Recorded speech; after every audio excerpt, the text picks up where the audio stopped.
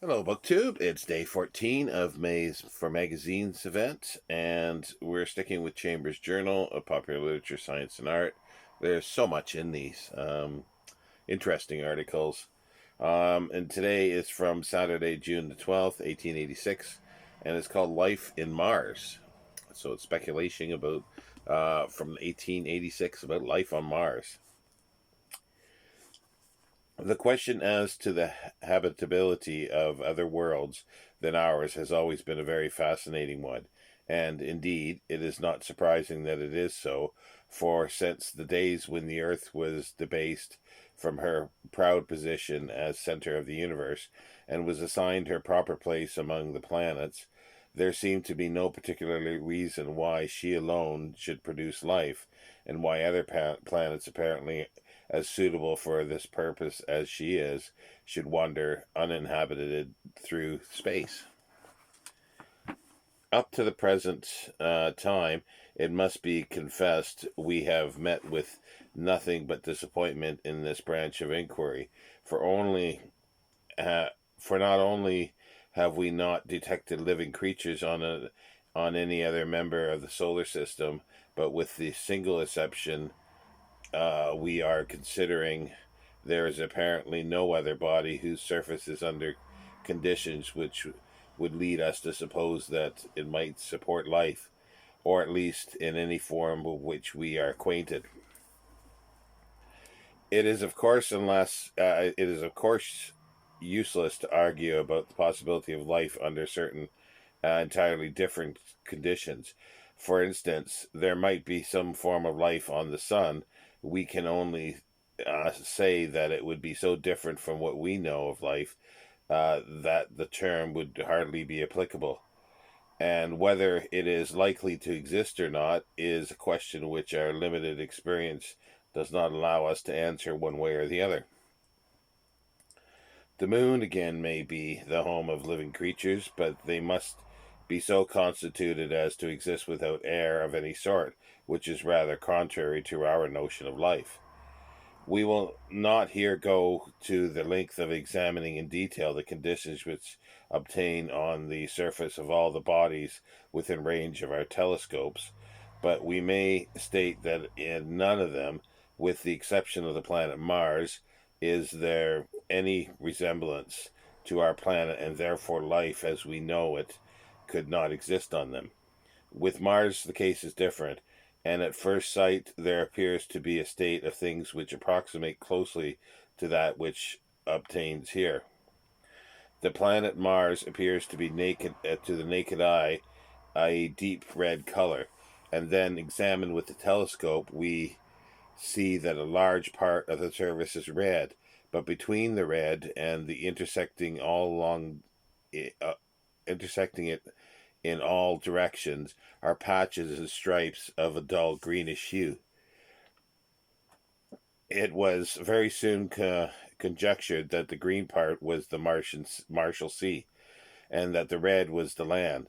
This has been confirmed by other observations, and now no doubt exists on the point. The principal problem that we are here confronted with is this: assuming that what appears green on Mars is a liquid of some sort, can we assume that it is water and not some other liquid with which perhaps we are unacquainted? This question appears at first sight impossible, for unless we can bring some of the Martian sea down to the Earth and analyze it, how can we determine its chemical constitution? The telescope evidently will not help us here, and we must call on our aid that powerful ally of the telescope, the stereoscope.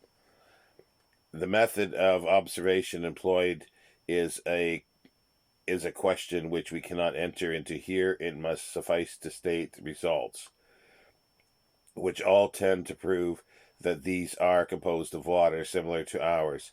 It must not be understood that we have been able to determine this directly. The only fact that we know for certain about it is that in the Martial atmosphere there is considerable quantities of water vapor, which it is only fair to assume that has been raised by evaporation from the seas, which are therefore also water.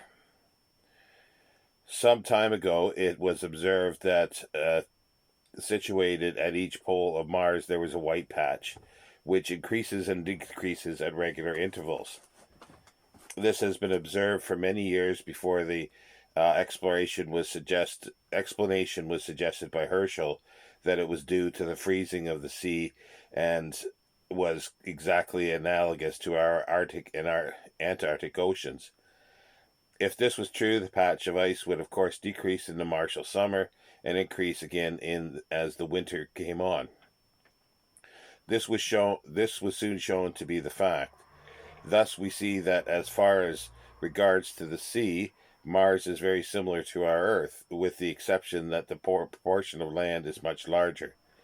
On the Earth, the land is only about 1/3 of the area of the sea, while on Mars, the land and sea surfaces seem to be about equal in extent. The land is much cut up by the water, which extends not so much in the form of a few large oceans, but rather as a number of curious-shaped narrow inlets and channels which intersect in the continents in all directions.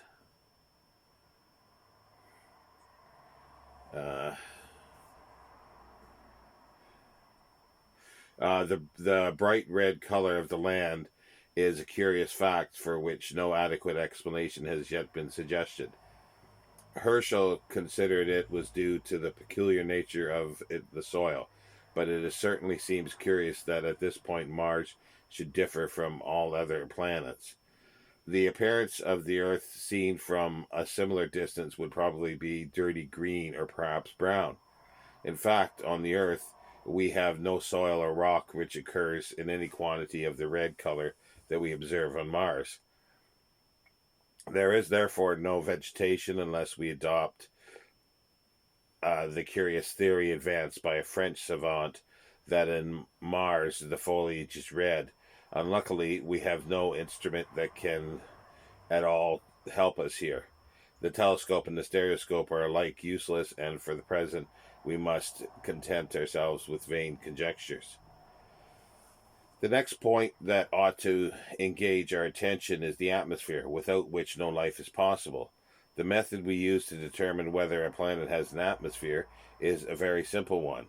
We have only to observe it pass in front of a fixed star then, if there is no air around it, the light from the star would be extinguished instantaneously, as it is in the case of the moon. Whereas, if it has an atmosphere, the light will gradually die away, because instead of being cut off suddenly by an opaque body, it will be slowly diminished by the increasing thickness of the air that is viewed through, and will very likely have entirely disappeared before the actual body of the planet is interposed. By applying this observation to Mars, it has been determined that it has an atmosphere, the exact thickness of which, however, we are unable to measure. It seems fair to assume that the amount of air which surrounds it is about the same proportion to the total mass of the planet as is the case with Earth. Without entering into calculations, we may state that if this is true, the pressure of the air at the surface of Mars would be about equal to 5 inches of mercury, or about 1/6 of the normal atmospheric pressure on the Earth. Now, given an atmosphere and a large extent of sea, we should naturally expect that clouds would form a prominent feature on the Martial surface. An observation has proved this to be the case.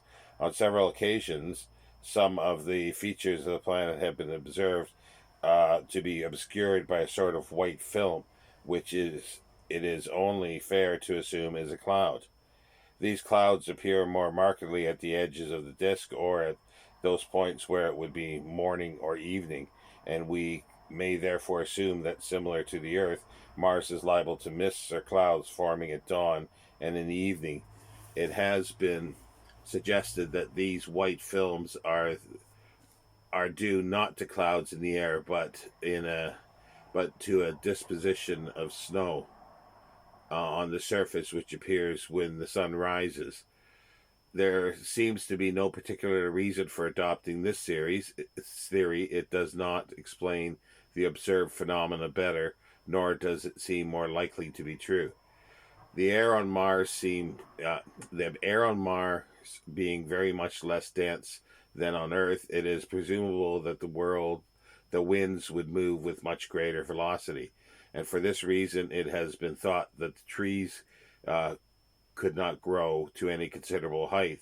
We must, however, bear in mind that though the velocity would be high, the actual force of the wind would probably not be very great on account of the excessive tenuity. In an inquiry as to the probability of the existence of life, one of the most important points to be taken into account is the amount of heat available. Now, Mars is not such a distance from the sun that it is on the whole, it would receive about uh, 2/5 as much heat, solar heat, as we do, and does not, however, give the amount of heat that it actually receives on the surface of the planet, a considerable portion being absorbed by the atmosphere. And since our atmosphere is so much denser and thicker than the of Mars, it follows that we lose much more percentage of the solar wind. To calculate the exact amount of heat absorbed by a given thickness of air is very difficult, if not impossible, problem. But it seems likely that taking everything into account, the inhabitant of Mars will receive more heat from the sun than we do. This would have the effect of making the evaporation very large, and if so, the Martian atmosphere would be mostly composed of water vapor. According to Professor Langley, the true color of the sun is blue, and its yellowishness is due to the dirt always present in the air. To the inhabitants of Mars, it would most probably appear nearly white, unless indeed they also have volcanoes to fill the air with lava dust. Let us now sum up the facts we have stated and determine, as far as we can, what sort of men the inhabitant of Mars must be. In the first place, the force of gravitation at the surface is only just over 1/3 of its equivalent on the Earth. A pound would therefore weigh about 6 ounces on Mars. If therefore we assume that the men are of much a size, are of such a size that their weight and activity are the same as ours, they would be about 14 feet high on average, and would make their strength very great. For not only would it be actually superior to ours, but as every weight is too much smaller, it would be apparently proportionally increased. We should therefore expect to find that the Martians have executed large engineering works. Perhaps also those telescopes are much superior than ours. We have been objects of interest for their observers.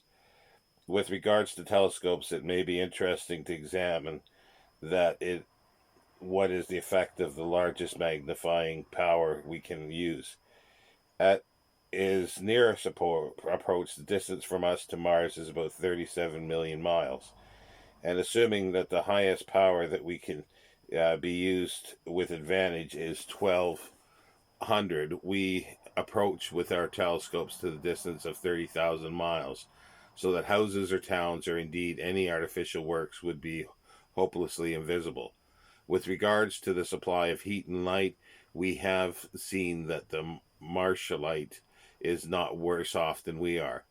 To him, the sun would appear as a white or possibly blue disk about 2/3 of the diameter, and it appears to us. The Martial day differs but slightly from ours. His year, however, is much longer, being about 687 of our days, and is about 650 Martial days. The inclination of his axis to the plane of the orbit is such that his seasons would be very similar to ours. It is difficult to reconcile the idea of an extensive vegetation with this peculiar red color. It is just possible, however, that some of the green patches, generally supposed to be seas, may be in reality a large forest. The most vivid objection to the habitability of Mars lies in the fact that the extremely low atmospheric pressure, which, as we have seen, would probably average about 5 inches of mercury, the lowest pressure that a man has ever lived in, even for a short time, is about 7 inches, which was reached by Coxwell and Glacier in their famous balloon ascent. The aeronauts, however, narrowly escaped perishing, not only on account of the low pressure, but also because of the extreme cold. It seems impossible that a man constituted exactly as we are would live for any length of time breathing air only 1/6 of the density of ours.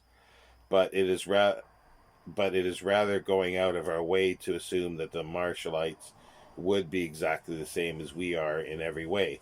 The chances are 1,000,000 to 1 against it, and on the other hand, a very slight modification of the lung arrangement would suffice to make life perfectly possible under such conditions. The nights on Mars would be very dark, for he has no satellite like our moon. It is true, 2 moons, but they are so small that their illuminating power is nil, being respectively only 60 and 40 miles in diameter. The smallest of these presents the curious phenomena that it revolves around Mars faster than the planet turns on its own axis, and therefore would appear to rise in the west and set in the east. Our Earth as seen from Mars, when it is nearest, would appear about the same size as Jupiter does to us. That is to say, would subtend an angle of about 40 seconds. At his furthest distance, this would be reduced to 14. We thus see that there is simple reason for assuming that this, the most interesting of all planets, is the abode of creatures not essentially different from ourselves. Being considerably older than we are, the Marshallites are probably much further advanced in the arts and sciences, and perhaps there may be some truth in the story of the Italian astronomer who says that he has lately detected lights on the planets moving about in such a way as seems to indicate a deliberate intention in to open communication with the Earth. What the language of the lights is, we have not been informed. Let us hope it is something more practical than the proposal of the Russian savant to communicate with the moon by cutting a huge figure of the 47th proposition of Euclid on the plains of Siberia, which he said any fool would understand. So there ends Life on Mars. It's interesting. It's 1886. You kind of wonder, did H.G. Wells read this? It's rife for somebody to write science fiction stories where science fiction quite wasn't there yet. But who knows? While these theories obviously continued for many, many years, even past into the 20th century. But the seas became canals more. And I'm not sure when that actually started, because I thought they would have been described as canals at this time as well. But if anybody knows, then do let us know in the comments. It'd be an easy thing to look up, but it just was curious that they didn't mention canals. But anyway, there ends day 14, and we'll be back tomorrow with day 15.